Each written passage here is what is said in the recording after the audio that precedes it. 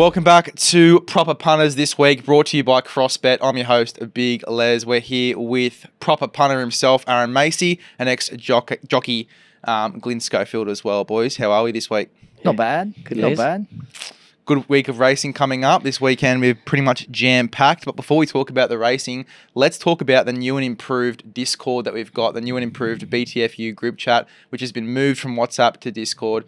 Aaron, can you give me something about that? Thanks, Les. Yes, the Discord, new and improved. It's a lot cleaner. Obviously, with WhatsApps on your phone, you can get mixed up with messages. Big part of what we do and what we specialise in is late mail on the day. No one wants to miss a tip. There's been a couple at like $8 or $9. Last thing you want to do is do your money on the early tips and then miss one winner at big odds, and then people are hurting. So it's a lot cleaner, running competitions. I think it's new and improved and better. Yeah, I can agree with that. It's going to be a lot of fun this season. We obviously got our NRL tipping comp on there as well, which is going to be a lot of fun this season. So can't wait to get stuck right in. I know that the punters are really excited for it as well. Let's jump straight in. We've got a feature race in Melbourne, the Geelong Newmarket Handicap. Let's kick off there, boys. What can you tell me about this race? We'll start with you, Glenn. There'll be a few noses out of joint if I say it's the best sprint race in the country. Yeah, Mr. Villani's might just jump down and kick. But it's one of the best races in the country. Obviously, the Newmarket Handicap, as it says, it's a handicap, so the best horses carry the biggest weights. And I'm a little bit cautious on your favourite, which is Imperatriz. She's normally raced at weight for age. She gets 1.5 kilos or 2 kilos off the boys. She's now going to give weight away all round. She's got a lot to do. She's got 58 kilos. Question for you, Mace. Yeah. The last mare to win this race with 58 kilos was the unbeaten Black Caviar. Yeah, wow. That goes to show. So that's what Imperatriz has got to do. She's got to emulate Black Caviar's performance to win this race with 58 kilos. Is she as good as Black Caviar performance-wise? Well, no. She's not Black Caviar. Is she the best sprinting mare in the country? Yes. Mm. Does she have a picket fence bar 1-2 for a very long time? Yes. I'll tell you what's funny about Imperatriz. She's currently 2 from 2 down the straight, and you hear everyone talking for she's not a straight horse. Her best win, I think, was at the Valley. Was at the Valley when she jumped and led. Yeah. When start before she went back. And she looked like it. That day was Caviar-esque. That was her best win. Look, I'm a bit cautious on her, purely for the sake that she's got a top weight to carry. She is, you're right, the best horse in the country, but she's giving away a lot of weight to horses that have been really close to her. Yeah. Horses like Buenas Noches last spring down the straight, he got within a half a length.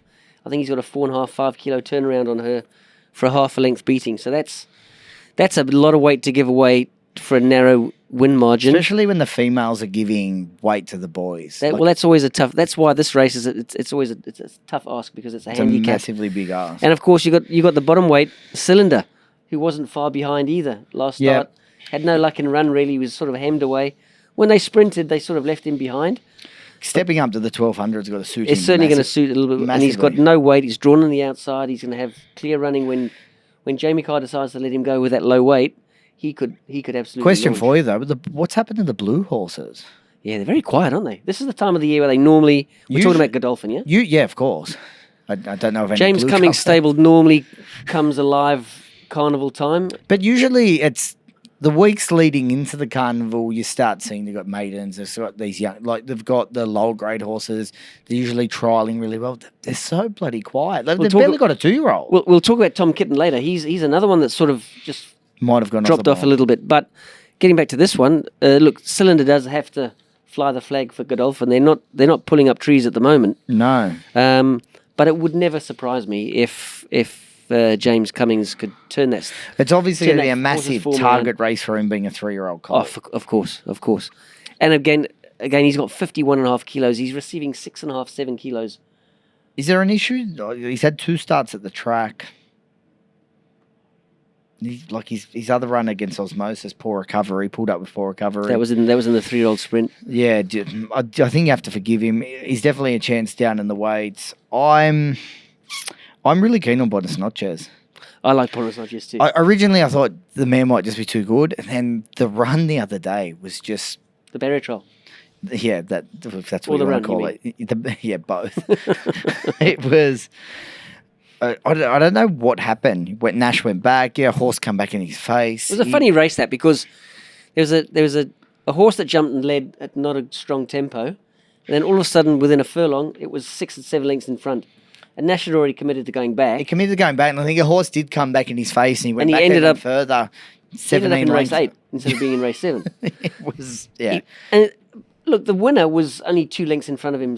King of Sparta was only 2 lengths in front of him on the corner, Yep. and he couldn't peg that back. So you could say maybe he wasn't there. He wasn't good enough to win on the day, but he certainly gave away a big start. He made up a lot of ground. He's certainly going to be a fitter horse for that run, and his form down the straight. He could have beaten Giga Kick as a 3-year-old down the straight. You got boxed away. You got hemmed away.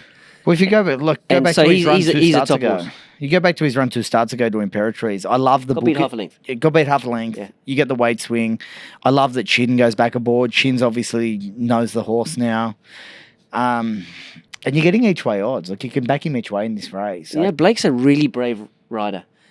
If the horse jumps and shows speed, Blake won't be scared to put the horse on the speed. He won't just drag him out because that's how the horse likes to run. If the horse wants to flop out, I definitely be don't think sedate early you on. don't want. I don't think he's a horse that you could ride on speed. You would like to see him closer. It'd be better to be in the same race and not the one behind it, like he was the other day. what do you make of Magic Time? And no, just back on him still. I love the addition of blinkers first time for him though. Yeah. Switch him on, shows intent. It's grand final day, obviously. He's the bet in the race for me, and I wouldn't be surprised to see Imperatrice be still good enough. But I think he's the bet. He's the gamble. I think he's great value at the price. Yeah, I think him. I was tossing up between him and Cylinder. I went with Buenos Noches. Cylinder I like as well. Yeah. Only because the stable's not in cracking form. I went Buenos Noches way. Imperatrice, you cannot knock her in any shape or form.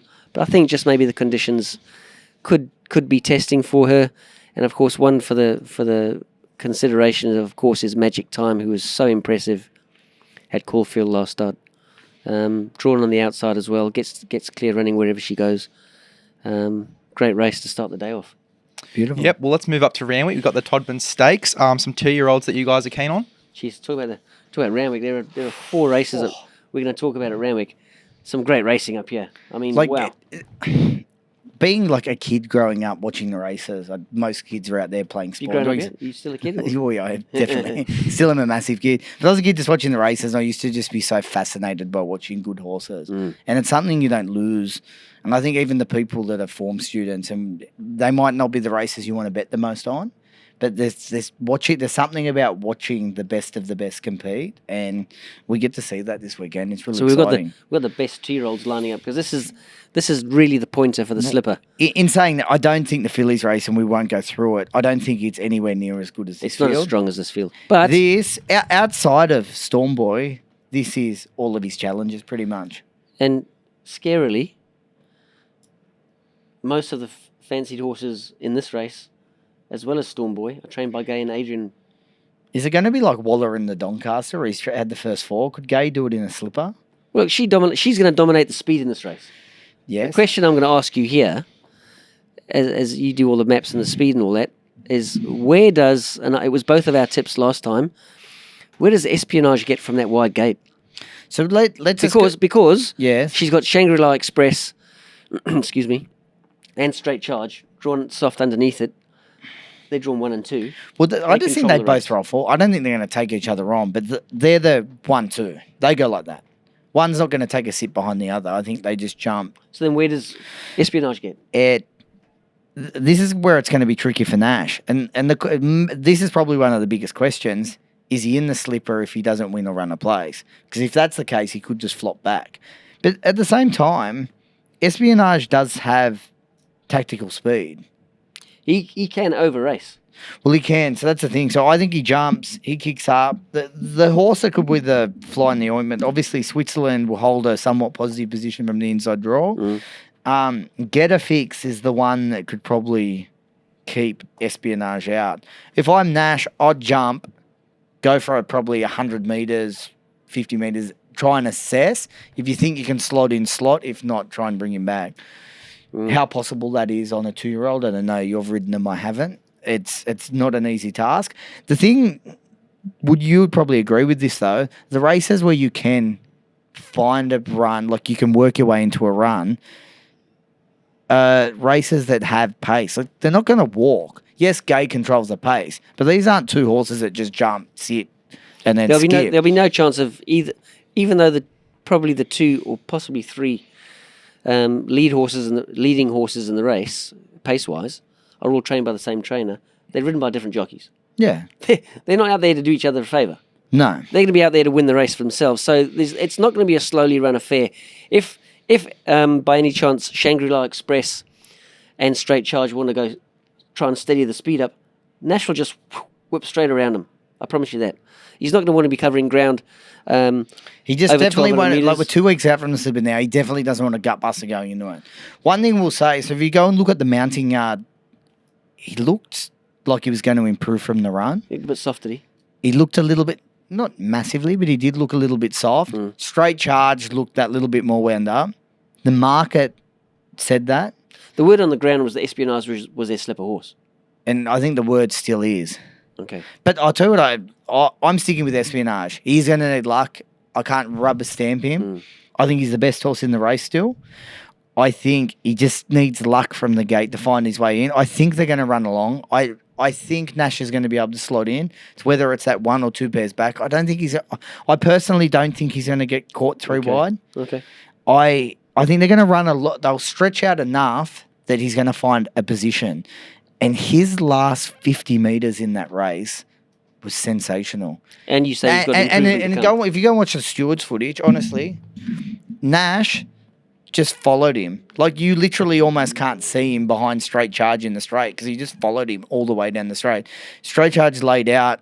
Nash he wasn't out there to bash him and try and win that race. Not to say he wasn't not trying, but he wasn't bashing him to win the race.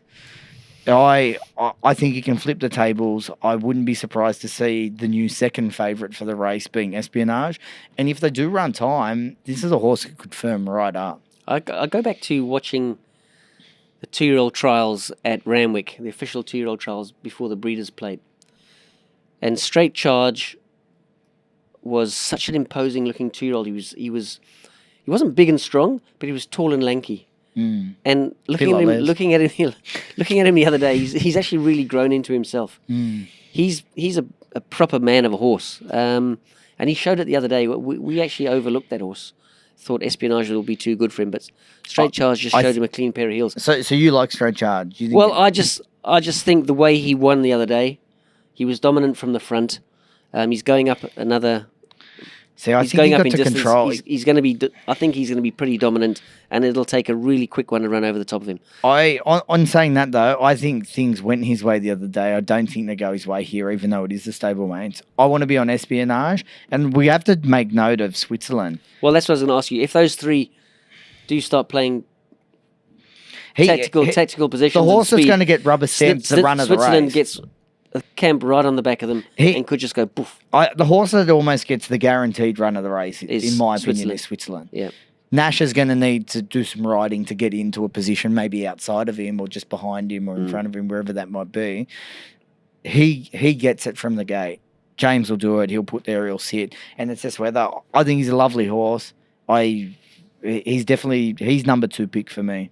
Well, it's fair to say it's a race that's open to a lot of different connotations. I think depending on how the race is run. Depending on who wins, I think whatever happens in this race, they're gonna whoever you like. If you think they can win, I think they'll be firming hard for the slipper. Yeah. Okay. Tell you what, boys, tall, lanky, good from the front. Sounds like someone I know. Let's move to some feature sprints over 1,000 metres, the Challenge Stroke. What can you tell me about that one? Challenge Stakes.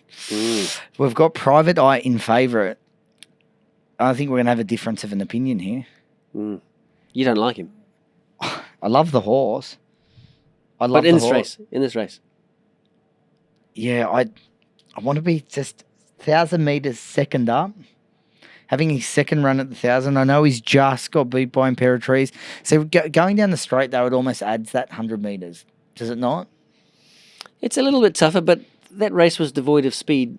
when you know Private Eye's leading, they're not going all that quick. God, I mean, how was this horse gone from being a horse that was like almost a complete backmarker to becoming a horse that has tactical pace now? Joe Pride is just a phenomenon with these sprinting horses. He just does it year in, year out. He's a freak. For as long as I can remember, he's done it with horses like Tiger Tease, Terra Vista, Ball of Muscle is another one. Now these horses that are coming along now. And of course, he's now got Marzu in his stable as well. So don't discount him. I like Private Eye. I like how Joe's purposely kept him to the 1,000 metres. It's done by design, not by default. Yeah. Danger is a horse called Remark. Now this horse showed all the ability in the world. He's got in the wind, which means he's got a collapsed. He makes a bit of a noise. I'm sure he's had some sort of wind up. Sounds like me after 10 minutes on a Nostag field. Yeah, it doesn't necessarily stop them because So You Think had a wind problem as well, and he won. He was a superstar. He was a superstar. So, but Remark's best form has always been first up. I want to oppose. I can't oppose too long because I think they always say you should never knock a champion, and Private Eye's definitely close to that. I just think at the I want to be against him here. Remark is one of the picks.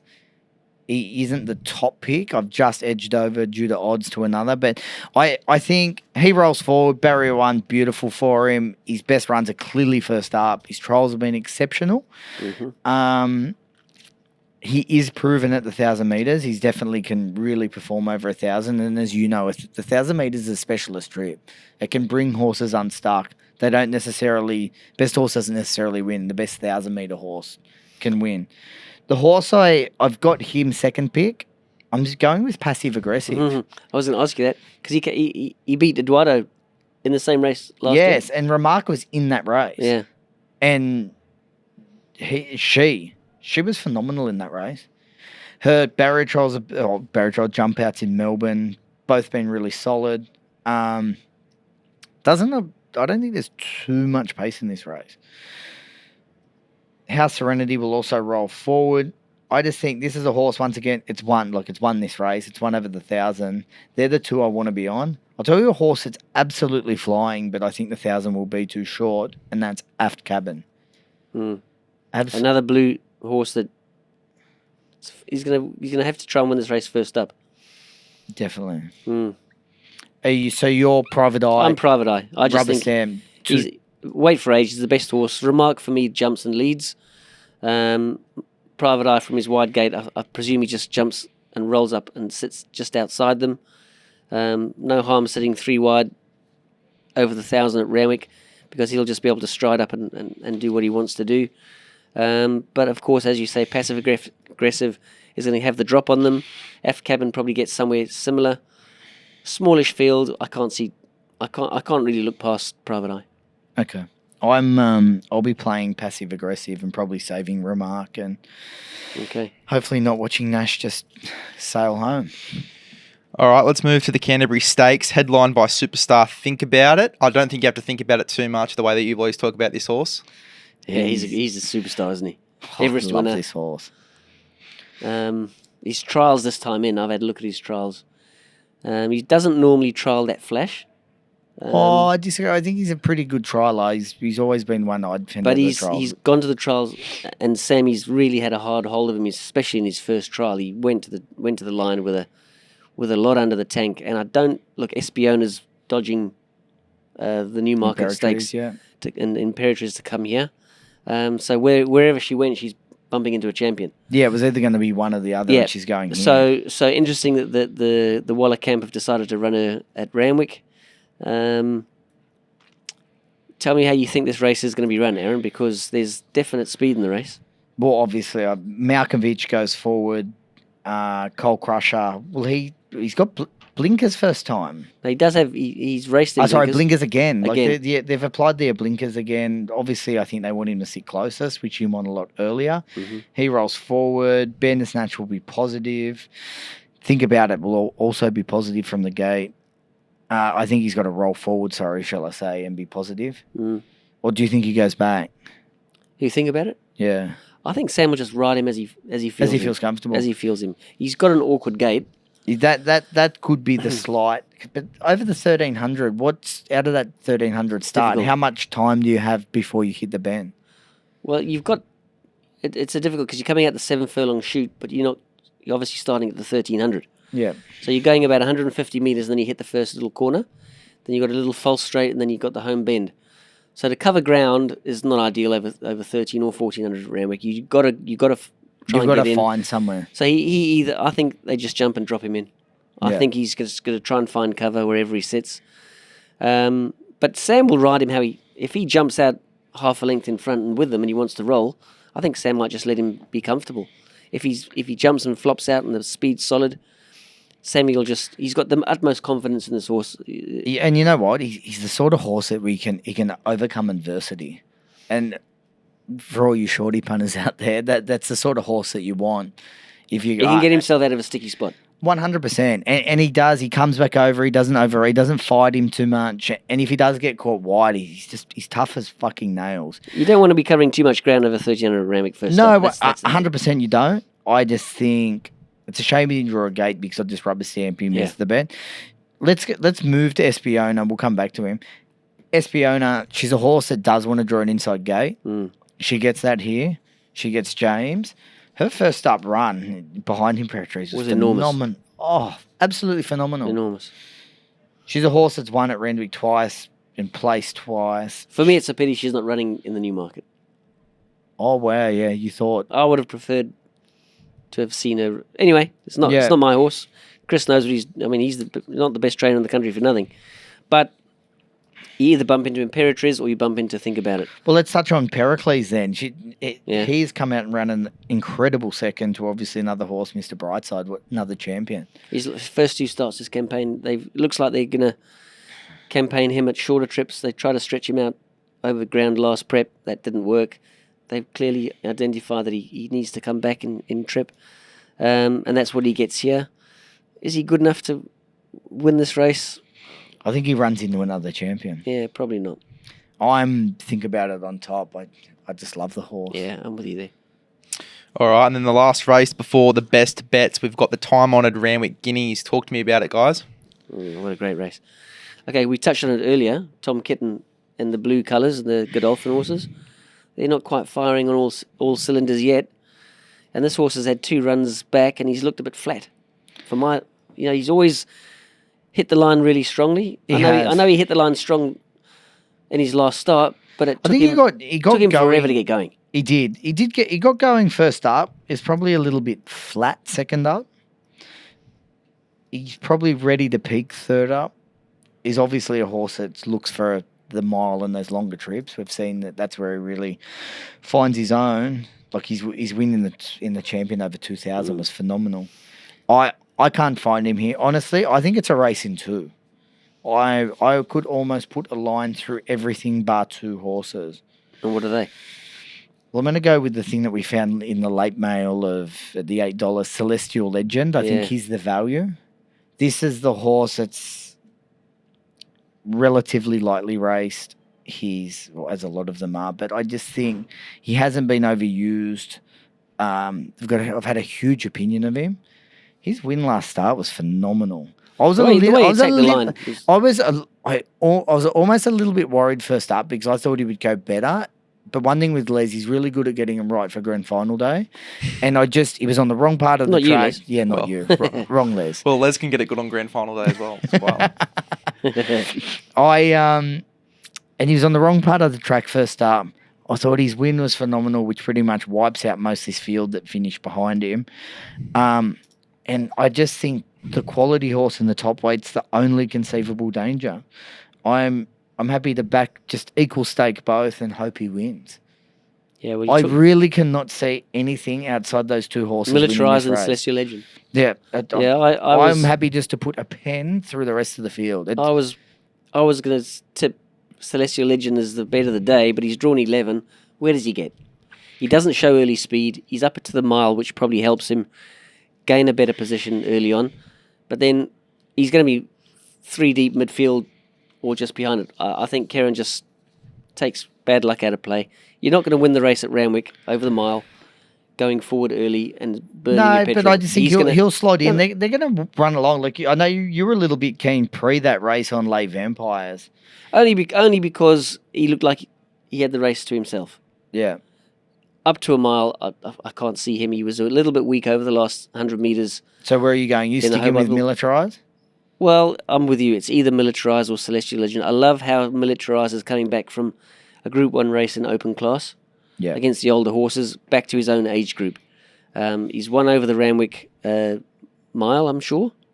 James He has. McDonald, Chris Waller. It's a bit of a proven formula, isn't it? It's a great combination. Yeah, I'm with you. I'm either Celestial Legend, depending on where he gets in the run. If it's a day where they're really getting home strongly, it's going to suit both those two horses because neither of them are on speed horses. It's going to be interesting because it's the rails at 3 metres. It was true last start. And Rail was off last time. the rail was off, except it got in the later stages of the day. It was a little bit on pace. It was kind of up and off. So it's going to be interesting to see how much ground these horses are making later in the day. So I'd be keeping a massive close eye on the buyers. Wait for late mail. Yeah, well, you got the late mail with Celestial Legend at what, $8, $9 Yeah, $9. last start. So if you haven't joined the Discord group, you can get in there for free and get the tips, or you can sign up and get all the late mail from Aaron. So some great racing. Best bets for the day, eh? Let's get into it, boys. And there's a bit of a spanner in the works too after you reveal your best bets. But let's get the best bets out of the way first. Glyn, I'll start with you. What have you got for us? Okay, so my best bets for the day are down at Flemington, race 2, number 2, Young Werther. I really like the way this horse, he's got some great form behind him last prep. I just think he'd be too strong. Then I'm going to follow up Randwick in the second race. I'm going to number 6, Extreme Diva. I thought she was really, really unlucky. And she's only this big. She's a tiny little thing. She went back from a wide gate, made a run up the rail, came in the straight, switched right across the heels of all the horses in front of her, and flashed home and ran a really, really good race and only got beaten a short distance. So I think she's a bit of value. Private Eye in the sixth race. That's number 1, and down in Flemington, I'm going to go with Buenos Noches, number 3 in the Newmarket, race 5. Very exciting. Mace, what about you? I've got one. We end on the same there, but I go to Randwick, race 5, number 5, Espionage, for all the reasons that we said before. He's just going to need a little bit of luck early in the race, but I think this is a horse that could probably improve 3 lengths from his last run, especially after seeing him in the yard, and I just loved his last 50 metres. Randwick, race 6, number 6, Passive Aggressive. I think this horse is around the $8 mark. She won this race last year. I think she's been set for this race this year. I've loved the 2 jump outs. Not a lot of pace in the race. She'll roll forward from the gate, and I reckon she'll give us an almighty shake at the each way odds. Next one, race 7, number 6, Think About It. Once again, this horse is a champion. We'll need a little bit of luck from the gate, but he's a horse that can also take luck out of the equation. Last pick is Buenos Noches for pretty much all the reasons Glyn and I said in the preview of that race. His first time was flying, blinkers on. I just think he's cherry ripe, ready to go. Now, boys, CrossBet have thrown a real spanner into the works here. They've made the job really easy to get these bets on. You go to the BTFU hub, you click on the multi, Mace's multi, Glyn's multi, separated on the BTFU hub. You can lock it in straight away with one click. It's so easy. The BTFU hub on CrossBet. Make sure you go ahead and chuck Mace's or Glyn's bet on, depending on what you prefer. If you prefer winning. But let's get into some rugby league. Obviously, we had a big week last week. 1 from 2, which is better than 0 for me. Take your Owen hat off. I'm really proud of you. I know, it feels a lot Don't make better. me pull it out again. I don't want to upset. Don't want to cut off any more circulation out of the brain. It'd be really bad for the rest of the season. But it was good to see you tip against South. You stepped away from the heart. You just didn't have the brains to tip the Roosters. But it's all right. You will learn. Oh, well. You win some, you lose some. Let's go into my 4-leg lap this week for the NRL, going into round 1. I've got the Dragons head-to-head at $2.75. I think they do go ahead and win that game against the Gold Coast Titans. Titans have a few players out, obviously Jaden Campbell and Dave Fafita, so I think the Dragons get the job done there. The Dolphins, I've got them at $2.75 as well. I think they get the job done. I think they're just looking really good coming into this year. I think that Cody at 6 is going to change the way they play pretty much. They've obviously had 2 halfbacks. We talked about it on the footy show on Wednesday. I think that they're just going to play just a lot better football. So I think the Dolphins win at 2.75. Dallin Watene-Zelezniak to score any time for the New Zealand Warriors going up against the Sharkies this weekend. I think that he and Rocco Berry are going to build a really successful combination on that right-hand side. And then Greg Marju going to the left-hand side of the park for the Newcastle Knights. Now, we'll find out how this goes when the podcast comes out because the game is on as we speak.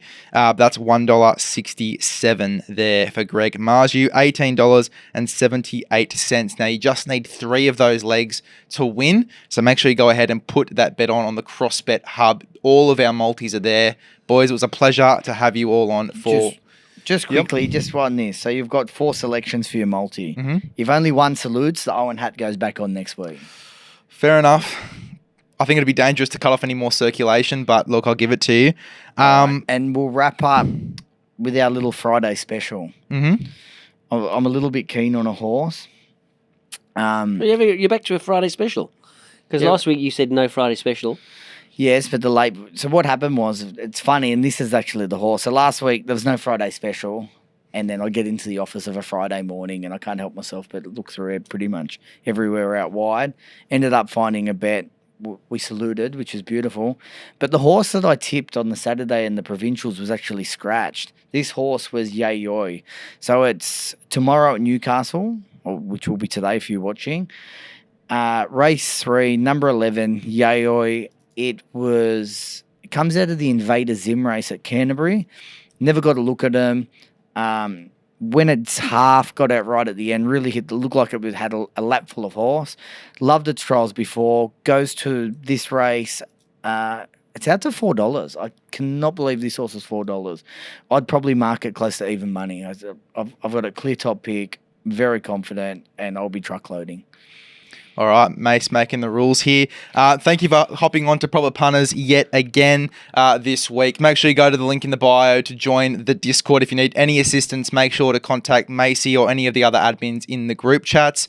Get the Discord app. Make sure you join the Discord because it is going to be a big year. We've got the NRL tipping comp. We've got late mail from Macey as well, which is going to be pivotal if you want to have success in the racing over the next few weeks and going into the rest of this year as well. But lads, thanks for hopping on again for another week. Great. Thank you. What are you prepared to lose today? Set a deposit limit. For free and confidential support, call the number on the screen or visit the website.